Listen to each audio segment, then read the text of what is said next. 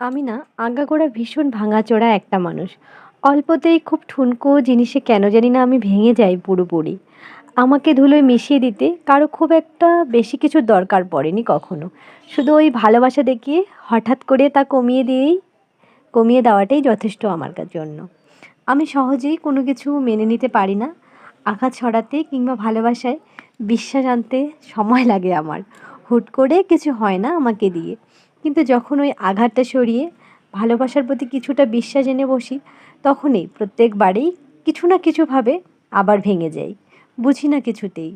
এ পৃথিবীতে বিশ্বাস করা, বুকে জায়গা দেওয়া, ভালো থাকতে চাওয়া, এগুলো আসলেই কি ভীষণ মানা? জানি না। তবে হবে হয়তো। আমি ওই ঘরকুনে, মন খারাপি, অভিমানী, হ্যাঁ আমি জানি আমি একটু অন্যরকম। আর ৫টা মানুষের মতো নয়। তাই আমার দিন পাওয়া খুব কঠিন ব্যাপার। তো যাই হোক, সেদিন হঠাৎ করেই প্ল্যানিং হলো ছুটি পাওয়ার পরে। তো আমরা বেরিয়েছি বাড়ির থেকে।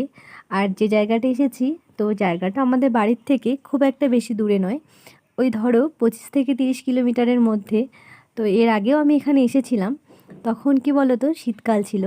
আর শীতকালে এর সৌন্দর্য অন্যরকম।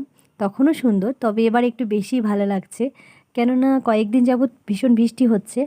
আর বৃষ্টিতে না খুব সুন্দর সব চারিদিকে একদম সবুজে ভরে উঠেছে গাছপালাগুলো। আর পাহাড়ের মধ্যে বৃষ্টি, মেঘাচ্ছন্ন আকাশ, একটু অন্যরকম লাগছে এবার।